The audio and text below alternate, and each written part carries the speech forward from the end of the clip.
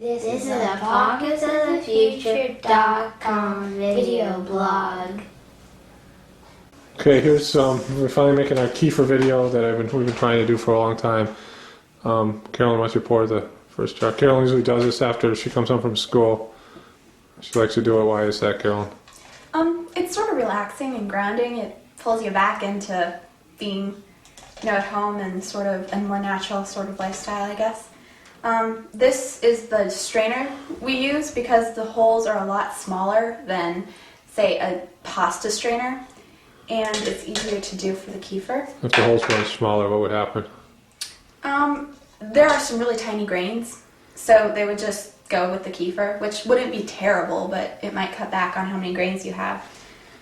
This is the kefir after it's kefired, I guess, fermented, and you can tell that it's ready to be poured because there are these pockets of whey.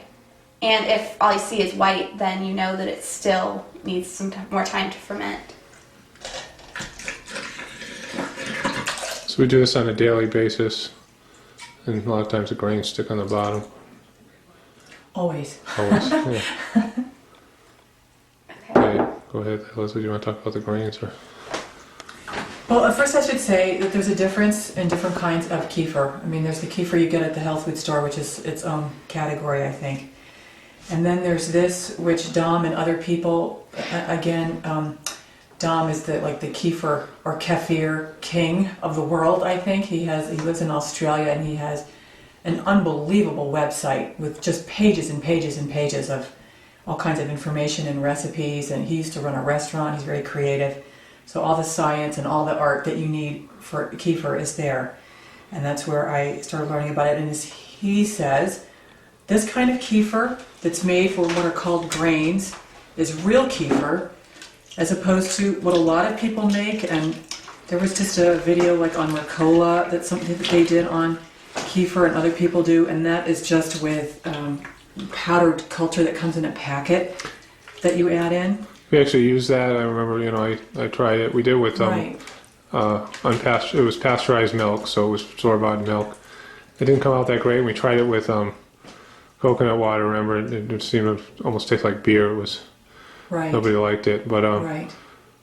Well, and that powdered culture is not nearly as complete a biological package as these grains are. and you also have to heat the Right, it's a lot more work. you have to heat the milk to about 90 degrees, so you're actually cooking the milk a little bit.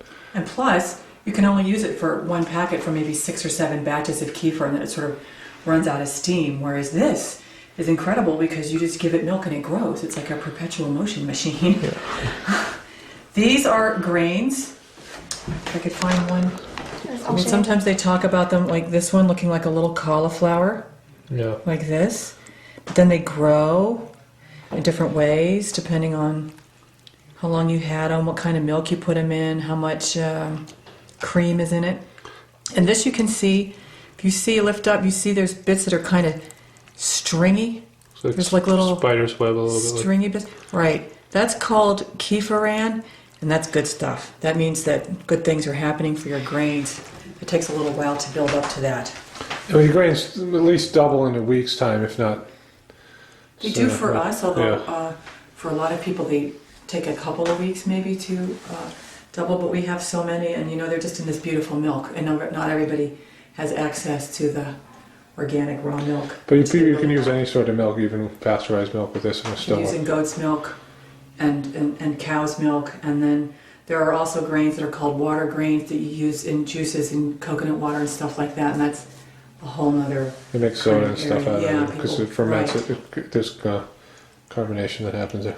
Now, so we're just going to recycle these and put them back in the jar to make more, but also you eat the grains, and they're wonderfully, wonderfully good for your gut, and they're good for animals. Lots of people's dogs love them and stuff, so Dom has lots of suggestions about ways, like he makes butter by grinding some grains up with some kefir and putting it in the cream and letting it culture a little bit before making it, so there are a lot of different things that you can do with the grains themselves. So you don't actually need to clean the jar every time. You can just look.